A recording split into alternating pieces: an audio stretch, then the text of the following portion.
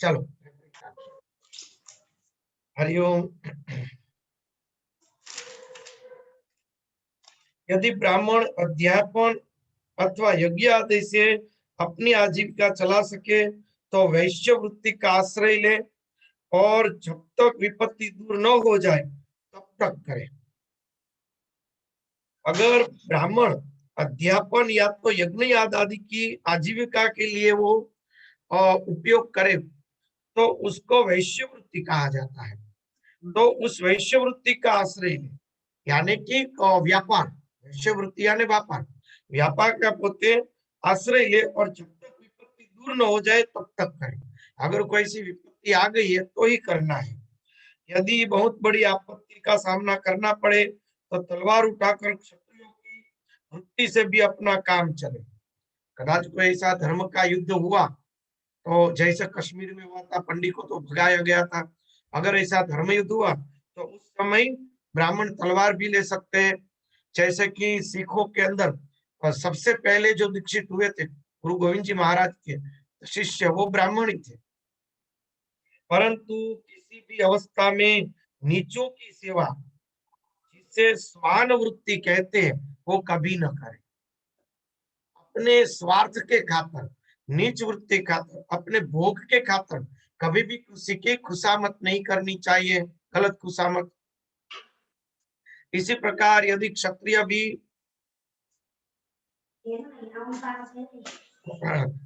भी प्रजा पालन आदि के द्वारा अपनी आजीविका निर्वाह न कर सके तो वैश्य वृत्ति व्यापार आदि कर ले। अगर राजा कोई कारण से कोई राज्य के राजा न बन सके, जैसे एक ही राजा के अनेक बेटे होते हैं, फिर उसके भी अनेक बेटे होते हैं, तो कभी ऐसा होता है कि जैसे उसके 5 बेटे, तो उसमें से एक को ही राज्य मिला, तो उसके बेटे के बेटे 3-4 पीढ़ी में वो तो क्षत्रिय रूप हो जाएंगे। तो वो भी वैश्य वृत्ति कर सकते हैं, यानी खेती आदि कर सकते हैं, व्यापार कर सकते हैं, वो भी वैश्य वृत्ति है। तो वो व्यापार खेती आदि कर सकते हैं, उसमें कोई दोष नहीं है। बहुत बड़ी आपत्ति हो तो शिकार के द्वारा अथवा विद्यार्थियों को पढ़ाकर अपनी आपत्ति के दिन काट ले। अगर कोई कारण ऐसा हुआ तो क्षत्रिय भी दूसरों को पढ़ा सकता है, या तो फिर शिकार आदि भी कर सकता है, क्योंकि क्षत्रिय का धर्म है शिकार मांसाहार, तो वो शिकार आदि करके भी अपना गुजरान चला सकता है। कि जिसके अंदर वो मोती की खेती होती है, या तो पशुओं के चमड़े की खेती होती है, बाघ आदि के चमड़े बेचकर वो पैसे कमाते, खेती तो क्या सॉरी पैसे कमाते हैं। तो इस प्रकार का व्यापार जो क्षत्रिय होता है वो कर सकता है, शिकार आदि का। परंतु नीचों की सेवा स्वान वृत्ति का आश्रय कभी न ले। वैश्य भी आपत्ति के समय क्षुद्रों की वृत्ति सेवा से अपना जीवन निर्वाह कर ले और क्षुद्र चटाई बुनने आदि कारू वृत्ति का आश्रय ले ले। परंतु हे उद्धव, ये सारी बातें आपत्ति काल में ली जाती है। आपत्ति का समय बीत जाने पर निम्न वर्णों की वृत्ति से जीविकोपार्जन करने का लोभ न करें। यानी कि अपने स्वार्थ के लिए करना नहीं है, आपत्ति में करने की छूट है। जैसे कि पांडव लोग थे, तो पांडवों को लाक्षागृह के बाद भाग के जंगल में आ गए थे, तो वो तो आपत्ति का समय था। तो उस समय पांडव लोग भिक्षावृत्ति करके रहे, ब्राह्मणों की तरह रहे। तो असल में तो क्षत्रिय का धर्म नहीं है कि किसी से मांग के खाए, मगर तब आपत्ति थी, करना पड़ता था। इस प्रकार से फिर शूद्रों की तरह सेवा करना भी उसका धर्म नहीं था। फिर भी उन लोगों को 12 वर्ष के वनवास के बाद 1 वर्ष का जो गुप्तवास करना था, तो उस समय भी वो गुप्तवास में रहे, तो वो भी क्षुद्र से रहे थे। वो सहदेव गौशाला में रहे थे, अश्वार में रहे थे, और नकुल गौशाला में रहे थे, तो सब भीम वो रसोईया बन के रहे थे। तो क्षत्रिय का ये धर्म नहीं है, पर आपत्ति समय में ये कर सकते, और आपत्ति समय पूरा होने पर फिर से अपने धर्म में लग जाए। गृहस्थ पुरुषों को चाहिए कि वेद अध्ययन रूप ब्रह्म यज्ञ, तर्पण रूप पितृ यज्ञ, हवन रूप देव यज्ञ, काक बलि रूप भूत यज्ञ और अन्नदान रूपी अतिथि यज्ञ आदि के द्वारा मेरे स्वरूपभूत ऋषि देवता पितर मनुष्य एवं अन्य समस्त प्राणियों की यथाशक्ति प्रतिदिन पूजा करते रहना चाहिए। देखो, पांचों प्रकार के यज्ञ कौन है? पांचों प्रकार के यज्ञ में पहला यज्ञ है ब्रह्म यज्ञ। ब्रह्म यज्ञ यानी स्वाध्याय, नित्य हम सत्संग करते तो इसको कहते हैं ब्रह्म यज्ञ। भले हम वेद की ऋचाएं नहीं पढ़ सकते, मगर सिद्धांत तो वेद का ही है। जिस सिद्धांत पे हम चर्चा कर रहे हैं, तो इसको भी हम ब्रह्म यज्ञ कह सकते हैं, यानी कि नित्य सत्संग करना चाहिए। तर्पण रूपी पितृ यज्ञ, नित्य सुबह को थोड़ा तर्पण कर लेना चाहिए। पहले तो संध्या करने के लिए नदी पे जाते थे, तो 5 तर्पण पितरों के तुरंत वहीं पर कर लेते थे। आज भी बहुत से हमारे भूदेव ब्राह्मण लोग होते, बुजुर्ग, जो आज भी सुबह को तर्पण करते रहते हैं। तर्पण क्रिया संध्या, उसके बाद ही वो पानी पीते या भोजन करते हैं। तो तर्पण नित्य करते रहना चाहिए। फिर हवन रूप देव यज्ञ, रोज थोड़ा सा होम कर लेना चाहिए देवताओं का। अपने कुल देवता हो, अपने इष्ट देवता हो, या तो गायत्री मंत्र है, या तो गुरु मंत्र है, या तो त्र्यंबकम का मंत्र है, ऐसे किसी भी मंत्र का 5 आहुति 11 आहुति इतनी भी देनी चाहिए। तो नित्य उसको कहते हैं देव यज्ञ। फिर काक बलि आदि भूत यज्ञ, यानी कि हर रोज हम कुत्ते की रोटी निकालते हैं, फिर गाय की रोटी निकालती हो, भूत यज्ञ है। फिर भोजन के समय कोई व्यक्ति एक टुकड़ा बाहर निकाल के रख देता है, वो भूत यज्ञ है। उसको कहते हैं भूत आदि, भूत प्रेत आदि जो जीवात्मा है, हमारे पितृ आदि भटक रहे हैं, उन सब के लिए उसका पुण्य अर्पण किया जाता है। या तो कौवे आदि को खिलाते हैं, कबूतर को झाड़ डालते हैं, गौवा के लिए डालते हैं, तो वो सभी भूत यज्ञ में आता है। और अन्नदान अतिथि यज्ञ है, और अन्नदान करते हैं किसी को अतिथि यज्ञ, यानी कि हमारे यहाँ कोई भी व्यक्ति आया तो भूखा नहीं जाना चाहिए। पहले भी सत्संग में हमारे बात हुई थी कि हम भोजन कर रहे हैं या तो हमारा बच्चा भोजन कर रहा है, कोई भी व्यक्ति आया, भले छोटा सा बच्चा हो, तो थोड़ा सा प्रसाद भी उसको दे दो, कुछ भी उसको दे देना चाहिए। और काशी में तो प्रथा है, गुड़ देते हैं, पानी और गुड़, बराबर है ना। वो गोल गोल गुड़ के टुकड़े होते हैं, हाथों से बनाए हुए, वो गोल का टुकड़ा देते हैं और पानी देते हैं, उसके सिवा किसी को नहीं जाने देते। थोड़ी देर के लिए भी आए तो अतिथि को गुड़ का टुकड़ा दे देंगे, कुछ भी खाने के लिए। तो ये भी एक अतिथि यज्ञ है, यानी उसका हम आतिथ्य करेंगे। दूसरा तो क्या कर सकेंगे, थोड़ा बस उसको खिला दो, पानी पिला दो, वो भी उत्तम है। मेरे स्वरूपभूत ऋषि का, यानी कि हम जब वेदाध्ययन ब्रह्म यज्ञ करते हैं तब ऋषि का पूजन होता है, क्योंकि वो हमारे महापुरुषों की परंपरा है, उसका ज्ञान है, वो टिका रहेगा। फिर देवताओं, क्योंकि मंत्र का आवर्तन नहीं होगा तो देवता लोग जो है वो क्षीण होते जाएंगे, तो यज्ञ के द्वारा देव पुष्ट होते हैं। फिर पितर, तर्पण के द्वारा पितृ लोग तृप्त होते हैं। फिर मनुष्य, मनुष्य यानी कि अपने अतिथि, आतिथ्य मनुष्य का होता है। और अन्य समस्त प्राणी यानी भूत यज्ञ, जिसमें कुत्ते और ये इस सब के लिए हम निकालते हैं। तो यथाशक्ति प्रतिदिन मेरा ही पूजन कर रहे हैं, इस प्रकार से भगवान का ही हम अलग अलग रूप से पूजन कर रहे हैं। गृहस्थ पुरुष अनायास प्राप्त अथवा शास्त्रोक्त रीति से उपार्जित अपने शुद्ध धन से अपने भृत्य आश्रित प्रजाजन को किसी प्रकार का कष्ट न पहुंचाते हुए न्याय और विधि के, देखा, बहुत ही अच्छी बात कही। गृहस्थ पुरुष अनायास प्राप्त अथवा शास्त्रोक्त से उपार्जन से, पाप की नीति से इकट्ठा किए हुए धन से किसी भी प्रकार का यज्ञ या किसी भी प्रकार का दान करना निषिद्ध है।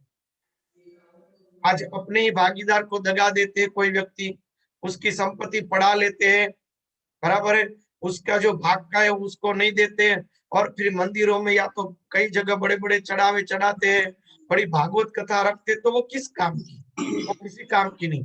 अपने ही सगे भाइयों को पूरा वो सम्मान से वो जो भाग होता है अपने पिता का वो नहीं देते हैं, उसका कुछ नहीं देते हैं। अकेले ही कई भाई होते हो पचा लेते हैं, दूसरे भाई बेचारे परेशान हुए होते फिर भी उसको मदद नहीं करते, और मंदिरों में या तो ऐसे बड़े चढ़ावे चढ़ाते, तो किस काम का है। तो वो जो है वो शास्त्रोक्त रीति से उपार्जन किया हुआ धन नहीं है।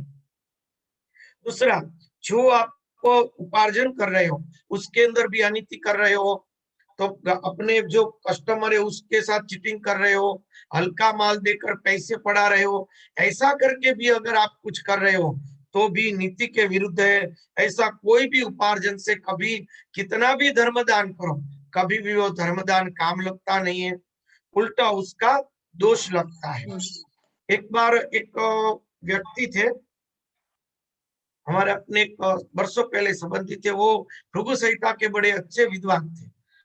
तो मैं उसके घर पे बैठा था, तो एक व्यक्ति बहुत वर्षों से बचपन से बीमार रहता था, एक न एक बार बीमारी आती ही रहती थी, तो वो दिखाने के लिए आए। तो जो भैया थे हमारे, उन्होंने भृगु संहिता में से निकाला, पहले प्रश्न कुंडली निकाली, कुछ मुझे अभी याद नहीं, कब तो मैं बच्चा था, तो पर इतना याद है कि कुछ उन्होंने कुंडली निकाली और उसके ऊपर से उन्होंने भृगु संहिता में देखा खोल के, तो उसके अंदर दिखाया कि भैया पूर्व जन्म के अंदर वो मिठाई वगैरह बनाते हैं, उसको हिंदी में क्या कहते हैं, हलवाई, हलवाई वाले।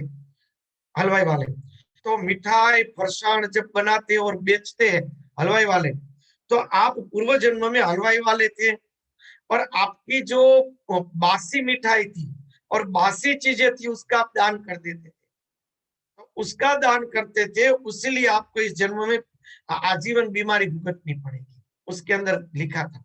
तो हम कभी कभी ऐसा दान करते, हम अपने आप को गौरव मानते कि हमने उसका उपयोग कर दिया, मगर असल में वो दोष रूप होता है और अगले जन्म के अंदर वो दोष हमें काम आता है, भुगतना पड़ता है। तो इसीलिए कभी भी अशुद्ध रीति से उपार्जन किया हुआ धन आदि का कभी भी हमें दान आदि नहीं करना चाहिए, वरना वो हमें कष्टदायी आगे जाके होता है। शास्त्रोक्त से जो उपार्जन किया हुआ है उसका ही दान धर्म दान है। एक ये रैदास जी महाराज जो चमार थे ना, उसका जीवन चरित्र कदाच आप लोगों को पता होगा, उसका संक्षिप्त में मैं बात कर रहा हूँ। वो रामानंद जी महाराज के शिष्य थे काशी में, उसका पूर्व जन्म का नाम मैं भूल गया। तो पूर्व जन्म के अंदर गुरुदेव ने उसको भिक्षा का काम सौंपा था सेवा में, कि तुम्हें 5 घर से भिक्षा लानी है। तो एक व्यक्ति बड़ा व्यापारी था और बड़ा धनाढ्य संपत्ति था, मगर वो बेचता था चमड़े, चमड़े का व्यापार करता था। तो चमड़े का व्यापार, कसाईयों से वो चमड़ा लेता था, तो व्यापार तो पाप का ही हुआ, क्योंकि पशुओं को तो मारा जाता था, तो पाप का ही व्यापार था। तो उसकी संपत्ति का कोई धर्मदान नहीं लेते थे। तो हर रोज वहां से भक्त गुजरते थे, पसार होते थे, और इन्होंने बड़ी विनती करते थे कि भाई, ये सेठ कहते कि तुम एक बार मेरे घर भिक्षा लो, रामदास जी महाराज जैसे विभूति के यहाँ मेरी भिक्षा जाएगी तो मेरे पाप धुल जाएंगे। तो एक बार बड़ा गिड़गिड़ा के रोने लगा रास्ते पर।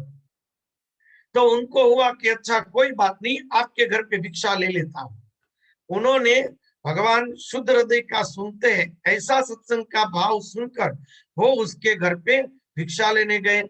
तो भिक्षा देने वाले सेठ को तो पता था कि दूसरी बार को मेरे यहाँ आने वाला नहीं, तो वो साइन न कर सके, ले जा न सके, इतना भिक्षा में दे दिया, इतना बड़ा पोटला भर के, सब धान ये घी सब कुछ दिया, तो उठा भी ये नहीं सकते थे।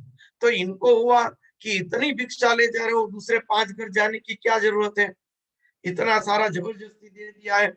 तो वो तो आ गए आश्रम पे, आश्रम पे आ गए, खाना पकाया, खाना पकाया और भगवान को रामदास जी महाराज ने धराया, रामानंद जी महाराज ने धराया। तो रामानुज महाराज ने जब ब्रह्मार्पण किया तो निज मंदिर का जो पूरा माहौल था वो चमड़े की दुर्गंध मारने लगा, भयंकर, भगवान की सुगंध के बदले वहां खड़े न रह सके। तो एकदम से गुस्सा होकर उन्होंने इस भक्त को पूछा कि अरे मूढ़, तू ये भिक्षा कहाँ से ले आया, ये चमड़े की बात इतनी क्यों आ रही है।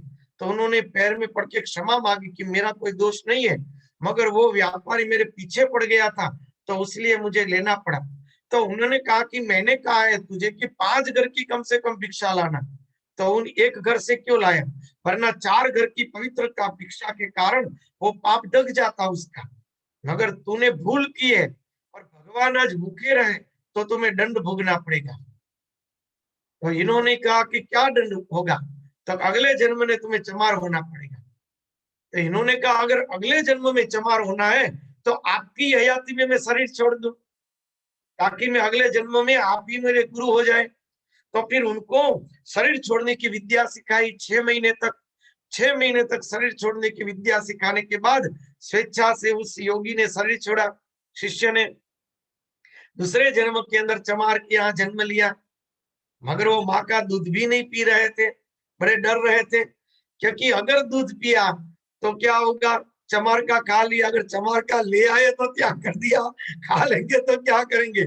तो इतना रोते थे, इतना रोते थे कि रामदास जी महाराज को भगवान ने दर्शन करके कहना पड़ा कि अरे वो तेरा भक्त रो रहा है, जल्दी से वहां जा वरना मर जाएगा वो, अभी और जन्म लेना पड़ेगा। तो रामदास जी महाराज, रामानुजाचार्य जी महाराज आए उसके कबीले के अंदर जहां उसका जन्म हुआ था।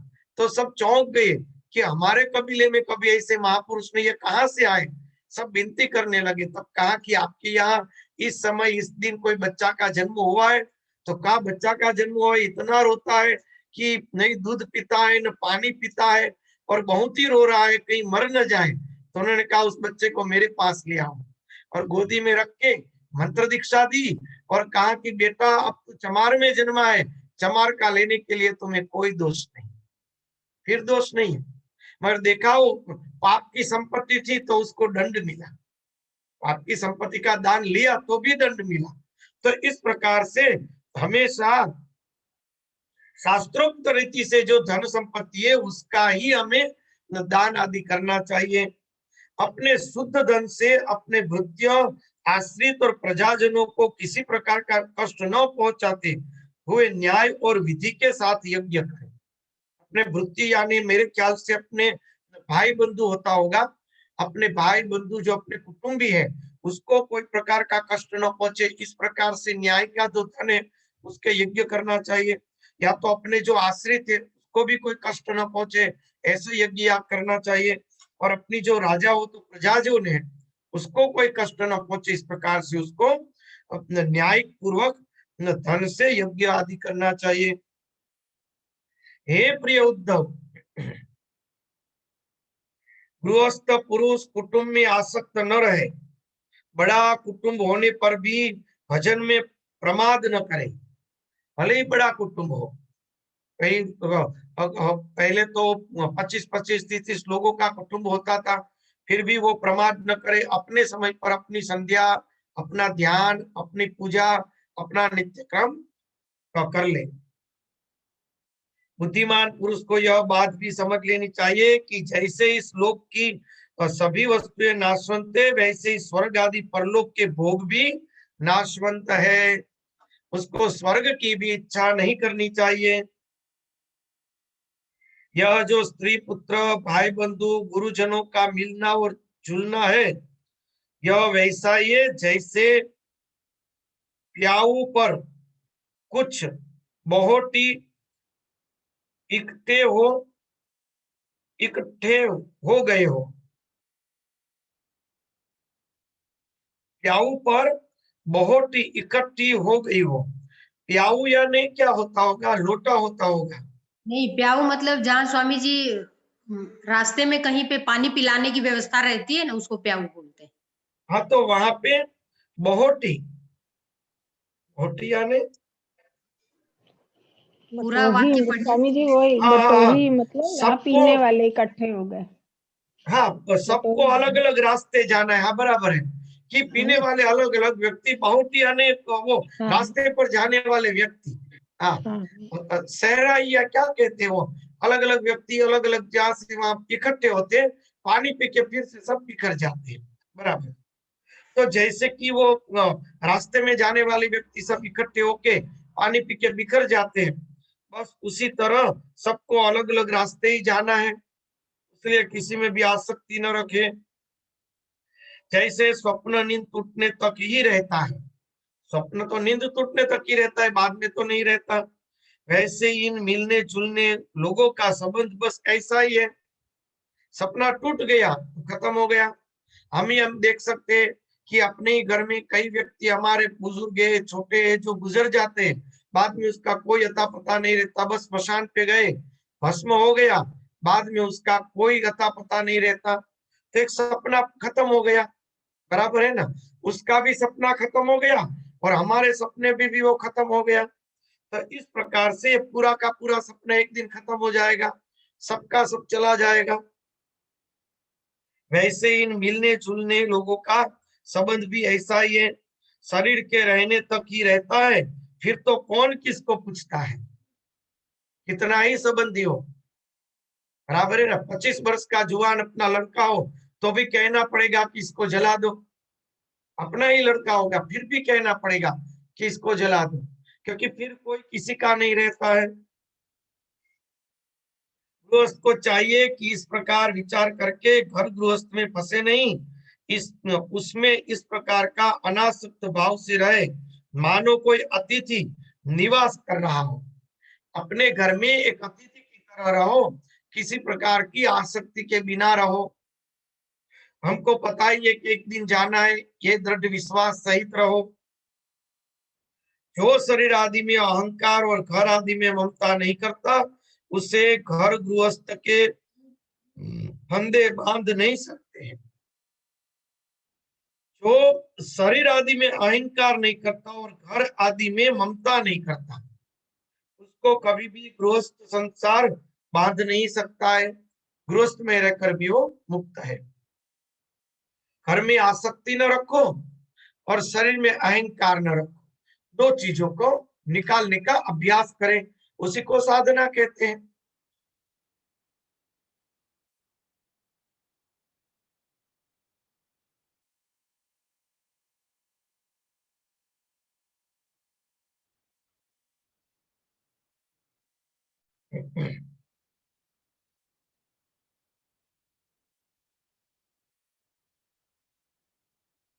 भक्तिमान पुरुष गृहस्थोचित शास्त्रोक्त कर्म के द्वारा मेरी आराधना करता हुआ घर में ही रहे। देखा, जो भक्तिमान पुरुष है और गृहस्थोचित है, जो गृहस्थों में उचित प्रकार से रह रहा है, वो शास्त्रोक्त कर्म के द्वारा, गृहस्थों में जो उच्च प्रकार के जो शास्त्रोक्त कर्म है, इस प्रकार के कर्म करते हुए मेरी आराधना करता हुआ घर में ही रहे। अथवा यदि पुत्रवान हो तो वानप्रस्थ आश्रम में चला जाए या संन्यास आश्रम स्वीकार कर ले, या तो संन्यास आश्रम भी स्वीकार सकता है, या तो फिर बच्चे बड़े हो गए तो वानप्रस्थ में भी रह सकते हैं। हे प्रिय उद्धव, जो लोग इस प्रकार गृहस्थ जीवन न बिताकर घर गृहस्थ में ही आसक्त होकर रहते हैं, स्त्री पुत्र और धन की कामनाओं में फंसकर हाय हाय करते रहते हैं और मूर्ता व स्त्री लंपट और कृपण होकर मेरे के फेर में पड़ जाते, मैं और मेरे के फेरे में पड़ जाते हैं, वह बंध जाते हैं। वे सोचते रहते हैं कि हाय हाय मेरे माँ बाप बूढ़े हो गए, पत्नी के बाल बच्चे अभी छोटे हैं, मेरे न रहने पर दीन अनाथ और दुखी हो जाएंगे, फिर इनका जीवन कौन चलाएगा। इस प्रकार घर गृहस्थ की वासना से जितना चित्त विक्षिप्त हो रहा है, वह मूढ़ बुद्धि पुरुष विषय भोग में कभी तृप्त नहीं होता, उनमें उलझकर उनका जीवन खो बैठता है और मरकर घोर तमोमय नरक में जाता है। देखा, उसीलिए बने इतना धीमे धीमे अनासक्त रहकर भगवान का भजन करते रहना है, क्योंकि जो आया है वो जाने वाला है। सब अपनी अपनी सृष्टि में विलास कर रहे हैं, सब अपने अपनी सृष्टि को विकास कर रहे हैं और अपनी सृष्टि लेकर ही वो आए हैं। माता अपने उदर के अंदर बच्चे को पालती है मगर उसकी आकृति नहीं बनाती, वरना कोई माता अपना बच्चा कभी काला बनाती ही नहीं, बराबर है ना। सब अपने रूपमान बनाती, कभी कोई माता किसी भी बच्चे को अपंग बनाती ही नहीं, कई बच्चे जन्म से अपंग हो जाते हैं, बराबर। तो यानी कि माता उसका पालन करती है, उसका आकृति नहीं बनाती है, उसका विकास नहीं करती है। विकास तो वो स्वयं जीवात्मा अपने कर्म से करता है, अपनी सृष्टि का विकास करता है। वो जीवात्मा उस शरीर में प्रवेश करके अपनी सृष्टि रचाता है, तो उसको बड़ा होने के बाद भी आपको उसमें परिवर्तन करने का क्या अधिकार है? उसको अच्छे संस्कार दो, अच्छा जीवन दो, उसको संपत्ति दो और उसको धर्ममय बनाओ, बाद में उसको छोड़ दो। उसकी जैसी प्रकृति होगी, जैसी सृष्टि होगी, उस प्रकार से उसके अंदर वो विलास करेगा। अब हमें भजन करना है, इसी तरह से हमें अपने भजन में व्यस्त रहना चाहिए, वो आसक्ति छोड़कर उसमें लग जाना चाहिए। अब भगवान वानप्रस्थ के और संन्यास के धर्म बता रहे हैं। भगवान श्री कृष्ण कहते कि प्रिय उद्धव, यदि गृहस्थ मनुष्य वानप्रस्थ आश्रम में जाना चाहे तो अपनी पत्नी को पुत्र के हाथ सौंप दे अथवा अपने हाथ ही साथ ही ले ले और फिर शांत चित्त से अपने आयुष्य का तीसरा भाग वन में ही रहकर व्यतीत करे। आयुष्य का तीसरा भाग यानी आयुष्य के 3 भाग नहीं, पहला ब्रह्मचर्य का भाग खत्म हो गया, फिर गृहस्थ का भाग खत्म हो गया, अब वानप्रस्थ का भाग, ऐसे तीसरा भाग शब्द लिखा गया है। तो वो अपनी पत्नी को अपने बच्चों के हाथ भी सौंप सकते हैं या तो अपने साथ ले भी जा सकते हैं, उसको कहते हैं वानप्रस्थ आश्रम। उसे वन में पवित्र कंद मूल और फलों से ही शरीर निर्वाह करना चाहिए। वस्त्र की जगह वृक्षों की छाल अथवा घास पात और मृग छाल से ही काम निकाल ले, क्योंकि वस्त्र आदि की भांग फोड़ के उसको जगत से संपर्क में आना पड़ेगा, विनिमय करना पड़ेगा, कुछ देना पड़ेगा, तभी कुछ मिलेगा। उससे अच्छा है कि वानप्रस्थ में अनायास जो मिल गया उससे हम अपना जीवन निर्वाह करें। केस, रुए, नख, मूछ, दाढ़ी, शरीर के मल को हटावे नहीं, दातुन न करे, जल जल जल में घुसकर त्रिकाल स्नान करे और धरती पर ही पड़े रहे। कितना बड़ा कहा कि फिर शरीर को एक मुर्दा समझ के मेरा शरीर नहीं है, ये भावना रख के लिए अपने आत्मभाव जाने के लिए साधना को शुरू कर दो। बराबर है ना? आज कल आपको ऐसा नहीं कि फिर भी कहना चाहिए कि आज बड़े बुजुर्ग उम्र के हो गए होते, फिर भी वो घर में रहकर वो स्वयं कंकास, कलह और आदि में भी कई बार जुटे हुए रहते हैं, संसार की बातों में जुटे हुए रहते हैं, नहीं भजन करते न कुछ करते। उसी कारण हमारी ये सारी अर्थव्यवस्था, सब व्यवस्थाएं टूट रही है। पहले जमाने में स्पष्ट था कि पुत्र को विवाह कर दे, उसको संपत्ति आदि देकर उसको व्यवस्था करके खुद को भजन में चले जाना चाहिए। भले या जंगल में जाने की व्यवस्था नहीं है तो घर में कमरा लेकर वहां भजन करते रहो, कह दो कि मुझे थाली सौंप दो, मैं जहाँ जिस कमरे में भजन कर रहे हैं तो उस कमरे में अपने भोजन की थाली मंगा लो, जो भी होना है उसका कर्म है। अगर हम मर गए तो क्या होगा, ऐसा सोच के भजन कर लो। अगर भजन कर लेंगे तो कोई कलह ही नहीं रहेगा, हमारा भी कल्याण होगा और हमारे भजन से पूरे के पूरे कुटुंब का कल्याण हो जाएगा। हमारे बुजुर्ग जो भजन करते हैं उसी का तो संस्कार हम लोगों को मिला है और हम लोग भजन करेंगे तो हमारा संस्कार हमें बालकों को मिलता जाएगा। पारंपरिक रीत से ये भजन के संस्कार चलते रहेंगे। कंदमूल को केवल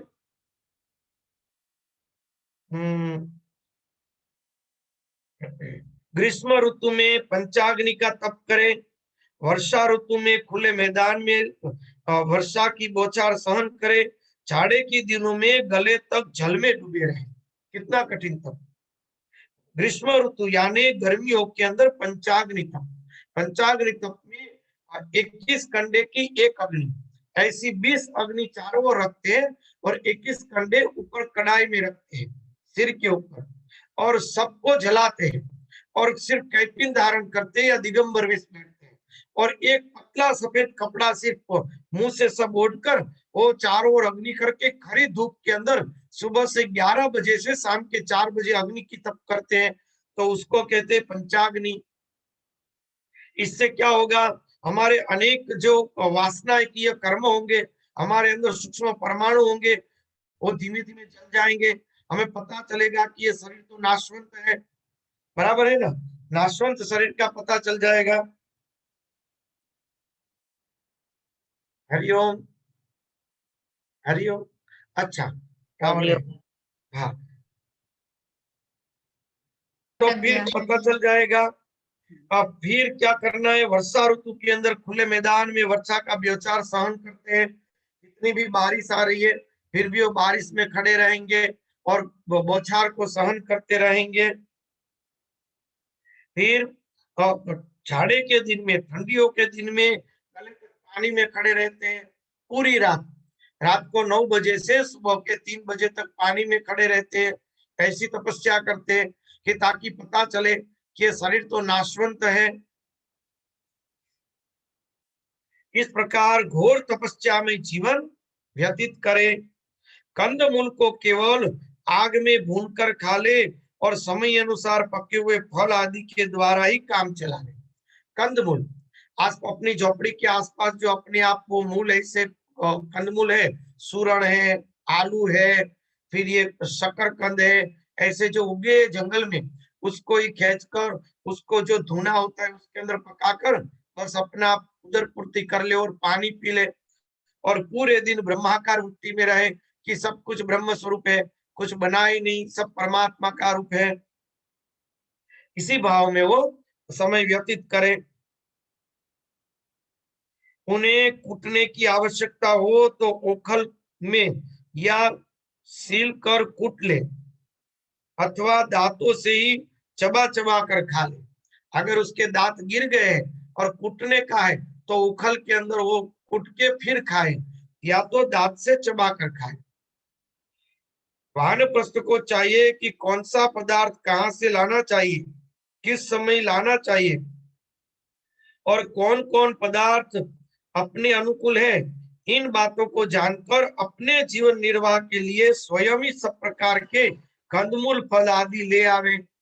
वो अपने शरीर के अनुकूल, उसको पता है कि मुझे खट्टा अनुकूल नहीं रहता या तो मीठा अनुकूल नहीं रहता, जिस प्रकार से उसको जो शरीर निर्वाह हो रहा है क्योंकि उसकी उम्र हो गई होती है, तो उस प्रकार से कंदमूल फल जो कुछ है वो उस प्रकार से ले आए जो उसके शरीर को अनुकूल हो। देश काल आदि में अनभिज्ञ लोगों से लाए हुए अथवा दूसरे समय के संचित पदार्थों को अपने कामों में न लें। देखा, देश काल आदि के अभिज्ञ लोगों से लाए हुए अथवा दूसरे समय के संचित पदार्थों को अपने कर्मों में न लें। यानी कि मुनि इस बात को जानकर कि अमुक पदार्थ कहाँ से लाना चाहिए, किस समय लाना चाहिए और कौन कौन पदार्थ अपने अनुकूल है, स्वयं ही नवीन नवीन कंदमूल फल आदि का संचय कर ले। देश काल आदि के अभिज्ञ अन्य जनों के लाए हुए अथवा कालांतर से संचित किए हुए पदार्थों से सेवन से व्याधि आदि के कारण तपस्या में विघ्न की शंका रहती है। हाँ, हिमालय के अंदर बद्रीनाथ आदि जो है वहां पे आलू बहुत उगते हैं, बहुत ही। तो वहां महात्मा लोग क्या करते हैं कि 4-6 महीने तक तो बर्फ पड़ा रहता है। तो जब वो सूरज उगता है, गर्मियों के दिन आते हैं, तो उस समय चारों ओर आलू उग जाते हैं, पूरी पथारी हो जाती है। तो वो क्या करते हैं, आलू खींच खींच कर सुखाकर अपनी गुफा में एक भर देते हैं अच्छी तरह से और फिर 4-6 महीना वो आलू से ही काम चलाते हैं क्योंकि अंदर धुना तो होता है अपना, इतनी ठंडी के अंदर गर्मी तो रखनी पड़ती है। तो धुने के अंदर वो आलू पकाते जाते हैं और खाते जाते हैं और वो गिन के ही खाती, उसको पता है कि 6 महीने इसमें खत्म करने। तो इस प्रकार से कहना चाहते हैं। और अगर कोई बाहर से लाया हुआ है तो कितना बासी है, वो शरीर को अनुकूल आएगा नहीं आएगा कुछ पता नहीं, कदाच बीमार भी हो जाए। उसलिए बाहर की चीजें न लेकर जो अपने आसपास में वातावरण में मिल गया है उससे वो अपना सोच समझ के व्यवहार करे ताकि उसको क्लेश उत्पन्न न हो।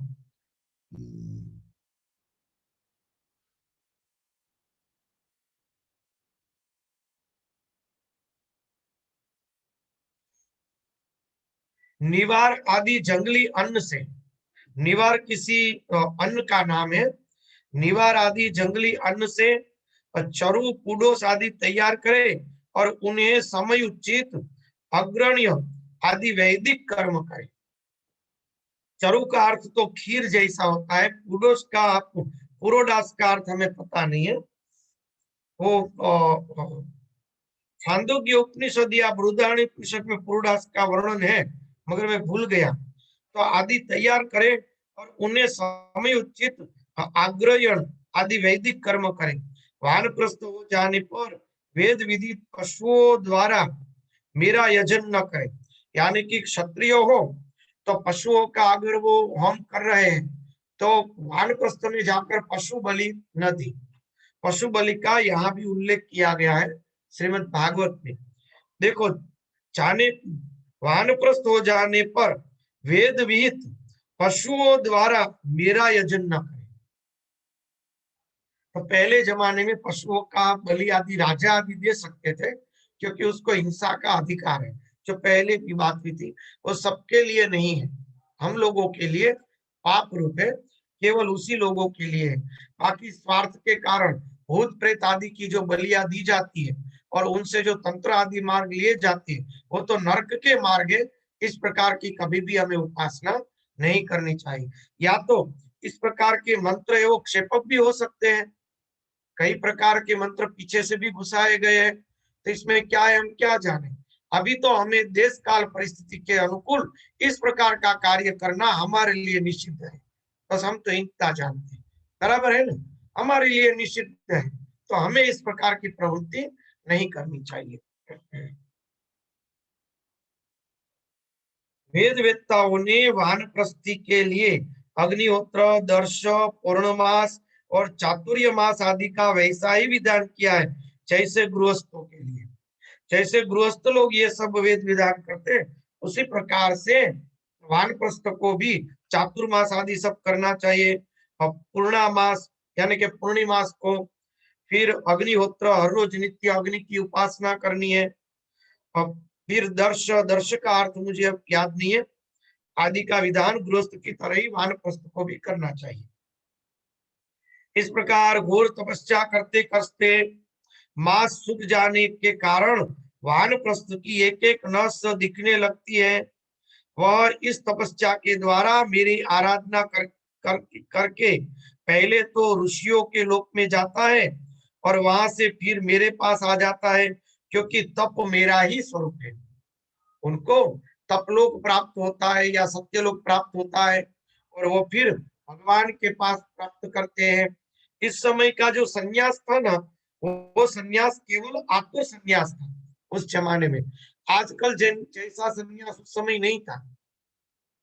वानप्रस्थ में जब अपने शरीर को संभाल नहीं सकते और जब किसी और की सेवा लेने की जरूरत पड़ने लगती, तो वो अपने शरीर को क्षीण कर देते, नाश कर देते थे। तो नाश करने की प्रक्रिया को कहते हैं आत्म संन्यास, जो जैनों के अंदर संधारा कहते हैं। शरीर को छोड़ने की प्रक्रिया संधारा, वही हमारे अंदर भी था। जो जल समाधि के अंदर ये अपने समर्थ अपने स्वामी रामतीर्थ ने जल में समाधि ली थी, वो आतुर संन्यास था उसका। फिर शंकराचार्य जी के समय में वो कुमार भट्ट, उन्होंने अग्नि के अंदर आतुर संन्यास लिया था, वो भी वही था आतुर संन्यास। वो अपने शरीर को स्वेच्छा से शरीर को छोड़ देता। आतुर संन्यास अनेक प्रकार के होते थे। हमारे गुजरात में तो मुझे पता है, और राजस्थान भी थोड़ा उसमें है, जो जिंदा समाधि लेते हैं। बाकी के राष्ट्र समय में कहाँ पर कैसा होता है पता नहीं। जैसे जयस्थल तोरल थे, गंगा सती थे और रामापीर है, तो जिंदा समाधि लेते, वो भी एक प्रकार का आतुर संन्यास है। फिर राजा महाराजों के लिए भी आतुर संन्यास था कि राजा महाराजा अगर पता चला है कि हारने वाले हैं, तो सिर्फ हमारे 5-7 व्यक्ति बचे हुए हैं और सामने की सेना के 200-300 व्यक्ति है, तो कल तो सुबह सीधे मरना ही है, तो क्या करेंगे। तो वो लोग भी आत्म संन्यास लेते थे। तो वो राजा महाराजा क्या करते, और भगवे रंग के वस्त्र पहन लेते थे और अपनी कमर होती थी उसके अंदर कटार भोंक देते थे, और जहर वाली, ताकि उसको जिंदा पकड़ न सके कोई। युद्ध करते करते मर ही जाए, अगर क्या मरना क्या करते, जिंदा पकड़ लेते और बड़े रिबा रिबा कर उसको मारते, तो अपने पेट के अंदर कटार को घोष देते जहर वाली, जो धीमे धीमे जहर फैलने लगता और शाम तक में उसकी मृत्यु हो जाएगी, उस प्रकार के संकल्प से तो युद्ध में कूद पड़ते। और जो बहनें थी वो ये जो कहते हैं ना उसको जौहर जौहर कहते थे, वो भी आत्म सन्यासी था एक प्रकार का, कि हमारा शरीर किसी के हाथ में न आए, उसलिए भगवे वस्त्र अग्नि जैसे रंग के वस्त्र पहनकर वो अग्नि के अंदर कूद पड़ती। तो वो भी एक आत्म सन्यास का ही विभाग है कि हमको शरीर छोड़ने का हिंदू संस्कृति में भी अधिकार है, मगर आत्महत्या नहीं होनी चाहिए। गुस्से में शरीर छोड़ना पाप है, अपने भोग के लिए शरीर छोड़ना पाप है, मगर धर्म के लिए शरीर छोड़ना धर्म है, उसके लिए कोई पाप नहीं। अगर आपके सामने ऐसा धर्म आ गया है तो आप अपना शरीर छोड़ सकते हो, मगर किस बात से? मैं ब्रह्म हूं इस दृष्टि से, तो उसके अंदर आपको कोई पाप नहीं लगता। आताताई लोग, अगर आप स्त्री शरीर से हैं और आपके पास इस तरह से आ गए हैं, आपको बचाने वाला कोई नहीं है, बराबर, तो आप अपना शरीर स्वेच्छा से छोड़ सकते हो, जो रानियों ने किया था, तो उसके अंदर कभी वो आत्महत्या नहीं कहलाती, तो बहुत ही बड़ा धर्म कहलाएगा। तो इन सबको हमारे शास्त्र में आत्म संन्यास कहा है। तो पहले क्या करते थे कि वानप्रस्थ के बाद आत्म संन्यास ले लेते थे कि भाई पति और पत्नी अलग अलग स्थान पे रहते थे, अपनी आसक्ति छोड़ने के लिए एक दूसरे को कोई मदद नहीं करते थे। पत्नी अपने फल फूल लाकर अपनी तपस्या जप करती रहती, पति अपने फल फूल लाकर अपनी तपस्या करते रहते। तपस्या करते करते अगर पति को हो गया है कि भाई मेरा शरीर अब क्षीण है, मैं नहीं जी सकता हूँ, मुझे किसी का आश्रय लेना पड़ेगा, तो वो निर्जला करके अन्न जल का त्याग करके शरीर छोड़ देते, या तो जल के अंदर जल समाधि ले लेते थे, या तो अग्नि बनाकर अग्नि में अपना शरीर को दे देते थे। तो हमारा जो संन्यास उपनिषद है, पारिव्रजक उपनिषद है, फिर नारद परिव्राजक उपनिषद है, फिर नारायण उपनिषद है, उन सब उपनिषदों में उसका वर्णन किया गया है कि किस किस मंत्रों से किस किस प्रकार से हम शरीर छोड़ सकते हैं, जिसको कहते हैं आत्म संन्यास। तो पहले के जमाने में आत्म संन्यास ही था, ये संन्यास नहीं था जो अभी है। इस संन्यास की प्रवृत्ति को शंकराचार्य जी ने बनाया। तो पहले आत्म संन्यास के अंदर वानप्रस्थी अपनी स्वेच्छा से शरीर छोड़ते थे। तो आज भी आप देखो तो क्या होता है कि आज संन्यास लेकर क्या करेंगे, तो दिगंबर वेश में जल में प्रवेश कराया जाता है, विरजा होम करके, यानी कि अपने शरीर को अग्नि को सौंप दिया। लोम स्वा जो रुद्री के मंत्र है, उसी मंत्रों से उसको अग्नि में अपने शरीर की आहुति दी जाती है। मानसिक रूप से अपनी आहुति देकर फिर वो जल के अंदर प्रवेश करता है, क्योंकि जल ही अग्नि है।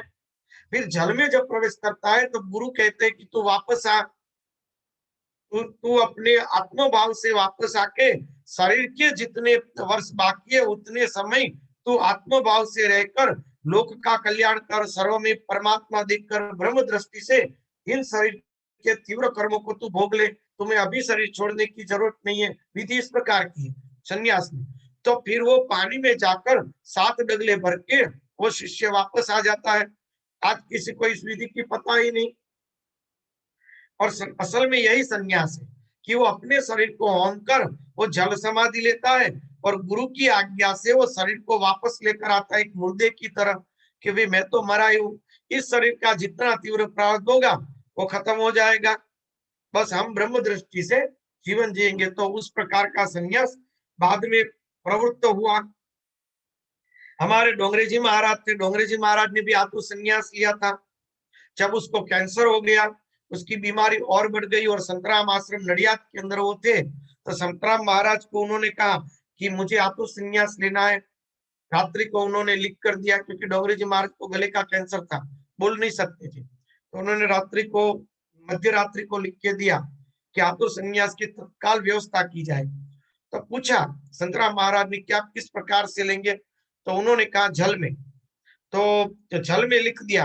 तो जिसको जल में संन्यास लेना होता है, यानी कि जल में शरीर छोड़ना होता है, उसको जल के अंदर ही आहुति दी जाती है, और जिसको अग्नि में शरीर छोड़ना होता है उसको अग्नि में आहुति दी जाती है।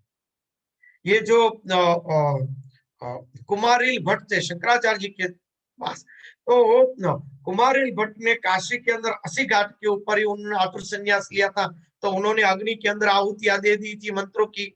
इसलिए शंकराचार्य जी को कहा कि मेरी आहुति दे जाने के बाद अगर मैं आतुर संन्यास नहीं लूंगा तो अधर्म फैल जाएगा। क्योंकि मेरा उदाहरण लेंगे कि धर्म कार्य के लिए उन्होंने आहुति भी दे दी, संन्यास भी ले लिया, और फिर से वो अपने शरीर को जिंदा रखा। अगर वो अग्नि बुझ जाएगी तो बाद में प्रवेश करने का कोई फल नहीं है, तो मैं क्या करूं। इसलिए शंकराचार्य जी को कहा कि तू मेरे शिष्य के पास जा, मंडन मिश्र के पास, और उसको हरा के तू धर्म की स्थापना कर, तू जो कह रहा है वो बराबर है। तो उस समय वो आत्मसन्यास अग्नि में लेना था, तो उस अग्नि के अंदर उन्होंने होम किया था। अग्नि में जिसको संन्यास लेना हो उसी अग्नि के अंदर होम करके फिर उसी में प्रवेश करना होता है। इसी तरह से डोंगरे जी महाराज को जल में संन्यास लेना था, तो लकड़ी के पात्र के अंदर गंगा जल भर के दिया गया, और उन्होंने वहीं पर उन्होंने जो उसके मंत्र थे उसके मंत्रों के द्वारा जल के अंदर आहुति दी, और वही जल पात्र लेकर डोंगरे जी महाराज को ब्रह्म मुहूर्त में ही सीधे मालसर पहुंचाए गए, क्योंकि उन्होंने लिख दिया कि मुझे मालसर ले चलो। मालसर के अंदर 3 दिन वो बिना जल के उपवास करके रहे, और फिर उसके शरीर को जल समाधि दी गई। क्योंकि अगर डोंगरे जी महाराज जिंदा जल में प्रवेश करते तो लोग उसको प्रवेश नहीं करने देते, क्योंकि इतनी बड़ी पब्लिक उसके सामने खड़ी थी उस दिन। सबको पता चल गया कि जल में संन्यास लेना चाहते, तो डोंगरी जी महाराज ने विद्वानों से चर्चा कर ली, और डोंगरी जी महाराज खुद भी वेदज्ञ महापुरुष थे, तो उन्होंने कहा कि मैं अन्न जल त्याग करके बैठ जाता हूँ, शरीर 1-2 दिन में छूट जाए तो जल के अंदर समाधि दे देना। और इस प्रकार से हमारे यहाँ आत्म संन्यास का विधान बहुत समय से था, जो देश काल परिस्थिति से वो फर्क पड़ने लगा है। तो उस समय इस प्रकार का संन्यास था, और सती प्रथा भी इसी प्रकार में थी। बाद में तो विकृति हो गई सती प्रथा की, वो सती प्रथा नहीं थी। पहले जमाने में पति था, वो अगर अपना शरीर उपवास आदि से छोड़ देती तो फिर उसका शरीर लेकर वो स्त्री थी वो अग्नि में प्रवेश कर जाती, क्योंकि वो उसका आतुर संन्यास था। वो अग्नि के अंदर अपने पति के शरीर को कोई पशु पक्षी आदि न खा जाए, और उसकी गैर हाजिरी में उसके शरीर को कोई अशुद्ध या तो पशु पक्षी न खा जाए, इसलिए वो पति के साथ ही वो उसके अंदर प्रविष्ट हो जाती अग्नि के अंदर। उसी को सती प्रथा कहते। बाद में उसका बहुत ही विकृत स्वरूप आ गया। छोटी छोटी बेटियां विधवा हो जाती तो मार मार कर ले जाते श्मशान पे और बांध के मार डालते थे। थोड़ी विकृति आ गई। बंगाल आदि में तो बहुत ही खराब हालत थी, राजस्थान में भी बहुत खराब हालत थी, तो उस देश परिस्थिति से उसको बंद कर देना पड़ा फिर उसके लिए। तो वो भी एक प्रकार का तो सन्यासी था, और वो अगर स्वेच्छा से होता है, ज्ञान भाव से होता है, तभी वो सही है। आत्महत्या से रूप से दुखी होकर, पीड़ित होकर कभी भी नहीं करना चाहिए। अगर पीड़ित होकर, दुखी होकर, दुख से भागने के लिए करेंगे तो इतना समझ लो कि दुख से कोई नहीं भाग सका। आपका दुख है वो आपका भुगतने का कर्म है, उनसे कभी आप नहीं भाग सकते, उसको तो आपको भुगत लेना ही पड़ेगा, वही उत्तम है, वरना तो अधम योनि में जाएंगे।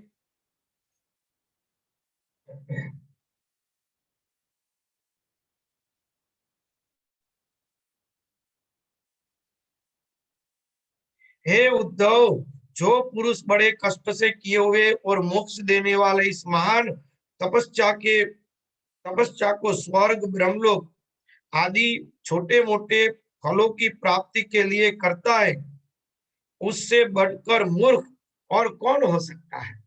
वाह, इतनी बड़ी कठिन तपस्या अगर छोटे मोटे स्वर्ग या ब्रह्मलोक के सुख लिए करेगा, और इनसे बड़ा तो मूर्ख कौन होगा। फिर अगर इतनी तपस्या करनी है तो मेरे ही लिए करो, या सीधे तुम मुझे ही प्राप्त हो जाओ। इसीलिए तपस्या का अनुष्ठान निष्काम भाव से करना चाहिए। हे प्यारे उद्धव, वानप्रस्थी जब अपने आश्रितोचित नियमों का पालन करने में असमर्थ हो जाए, बुढ़ापे के कारण उसका शरीर कामने लगे, तब यज्ञाग्नि को भगवान के द्वारा, यज्ञाग्नि को भावना के द्वारा अपने अंतःकरण में आरोपित कर ले और अपना मन मुझ में लगाकर अग्नि में प्रवेश कर ले। देखा, जो उपनिषदों में कहा है वही यहाँ कहा है। ये जो संन्यास आदि उपनिषदों के सिद्धांत है वही इसमें दिए गए हैं। कि अगर अपना शरीर क्षीण हो जाए, उसको रखना कठिन हो जाए, तो दूसरों का आश्रय लेने से अच्छा है वो अपने अंतःकरण के अंदर भावनाओं द्वारा अग्नि का आरोपण कर ले कि मैं स्वयं अग्नि स्वरूप हूँ, क्योंकि हम तो पंच महाभूत स्वरूप है। अभी हम पृथ्वी तत्व विशेष है, तो अपने शरीर में अग्नि तत्व भी विशेष मान सकते हैं और ब्रह्म भाव को आरोपित करके भगवान में अपना मन लगाकर अग्नि के अंदर प्रवेश कर ले। यह विधान केवल उनके लिए है जो विरक्त नहीं है। यह विधान केवल उनके लिए है जो विरक्त नहीं है। यदि उसकी समझ में यह बात आ जाए कि काम्य कर्मों से उनके फलरूप जो लोग प्राप्त होते हैं वे नरकों के समान ही दुखपूर्ण है और मन में लोक परलोक के पूरा वैराग्य हो जाए, तो विधि पूर्वक यज्ञाग्नि का परित्याग करके संन्यास ले ले। यानी कि वो अग्नि में प्रवेश करते उसको कहते हैं आतुर संन्यास।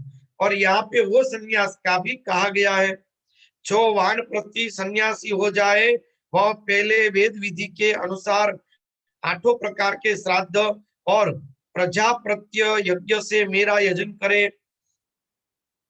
उसके बाद अपना सर्वस्व ऋत्विजों को दे दे, यानी अपना जो भी अपना माना है वो सब ऋत्विजों यानी कि जो यज्ञ करवाने वाले उसको दे दे। यज्ञाग्नि को अपने प्राणों में लीन कर ले और फिर किसी भी स्थान, वस्तु और व्यक्ति की अपेक्षा न रखकर स्वच्छंद विचरण करे। देखा, अपने आप को फिर ब्रह्माकार वृत्ति में रखकर रहे। ऐसे भी संन्यास लिया जा सकता है और अग्नि आदि जल आदि में प्रवेश करके भी संन्यास लिया जा सकता है। उसको आतुर संन्यास कहते हैं, इसको संन्यास कहते हैं।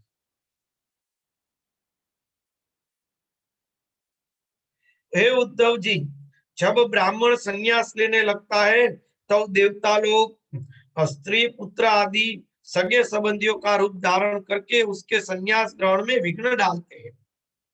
वे सोचते हैं कि अरे यह तो हम लोगों की अवहेलना करेगा, हम लोगों को लांघकर परमात्मा को प्राप्त होने जा रहा है। यदि सन्यासी वस्त्र धारण करे तो केवल लंगोटी लगा ले और अधिक से अधिक उसके ऊपर एक ऐसा छोटा सा वस्त्र लपेट ले कि जिससे लंगोटी ढक जाए, तथा आश्रम उचित दंड और कमंडलू के अतिरिक्त और कोई भी वस्तु अपने पास न रखे। देखा, सन्यास के बहुत कठिन कर्म है। सन्यास 4 प्रकार के हैं। सन्यास कुटीचक, बहुदक, हंस और परमहंस। 4 प्रकार के सन्यास है, कुटीचक, बहुदक, हंस और परमहंस। प्रथम जो है 2 सन्यास, कुटीचक और बहुदक, वो दोनों सन्यास को कहते हैं हंस सन्यास। वो दोनों हंस सन्यास है। कुटीचक क्या है, बहुदक क्या है और हंस क्या है, उसके बारे में थोड़ी चर्चा करेंगे। कुटीचक सन्यास कदाचित इसमें आएगा ही, क्योंकि उपनिषद के ही यहाँ सब मंत्र है, उपनिषद से ही लिए गई वस्तु है, कदाचित इसमें आगे यही आएगी बात। तो कुटीचक का अर्थ है कोई एक स्थान में रहना, एक स्थान में अपनी कुटिया बनाकर अपने कोई एक सगे संबंधी के द्वारा अपना आजीविका का उपार्जन रख के वो जो रहता है उसको कहते हैं कुटीचक सन्यास। कोई भी गांव के बाहर अपनी कुटिया बना के रहे और अपने जो कोई एक सगे संबंधी हो उससे अपने आजीविका की व्यवस्था करके रहे, वो कुटीचक सन्यास।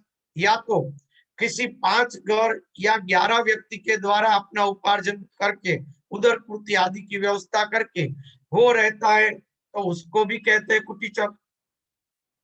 अगर उसके सगे संबंधी आसक्तिवान है और उसके अंदर आसक्ति है तो वो अपने गांव का त्याग करके कहीं दूर चले जाए, दूसरे कोई बिन पहचाने गांव में, और वहां पे कुटिया बना के रहे, और वहां के कोई एक व्यक्ति या 5 व्यक्ति या 11 व्यक्ति के द्वारा अपनी उदर पूर्ति का आयोजन करे, उसको कहते हैं कुटीचक।